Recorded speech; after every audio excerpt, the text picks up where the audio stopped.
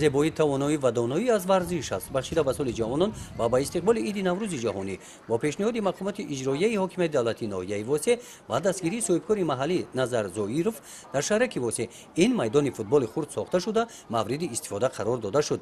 باوری دارم این اقدامی پیشگرفته این صاحبکار محلی را دیگر صاحبکارا به نظر گرفته در دیگر محله های جماعت های شهرک و دهات ناحیه چنین میدانچه های خرد ورزشی را برای جوانان ساخته و استفاده می‌دهند.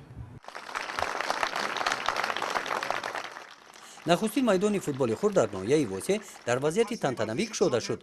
در جامعه ایدانه رئیس ناحیه واسه قید نمود که تطبیق با ثمر سیاست دولتی جوانان از روزهای نخستین صاحب استقلالی در محور فعالیت حکومت تاجیکستان قرار دارد. حکومت تاجیکستان تشبوس و پیشنهادهای سازنده جوانان را همیشه دستگیری نموده برای عملی گردیدن آنها امکانیت فراهم می‌آورد. با در نظر داشت سهم جوانان در رشد جامعه و اشتراک فعالانه آنها در حیات سیاسی و اقتصادی مملکت از جانب پرزیدنت تاجیکستان محترم امامعلی رحمان سال 2017 سال جوانان اعلام کرده شد. در این میدانچه خرد فوتبال در برابر تمرینگران خوانندگان مؤسسات تعلیمی نیز میتوانند در این میدانچه آمده تمرین نمایند.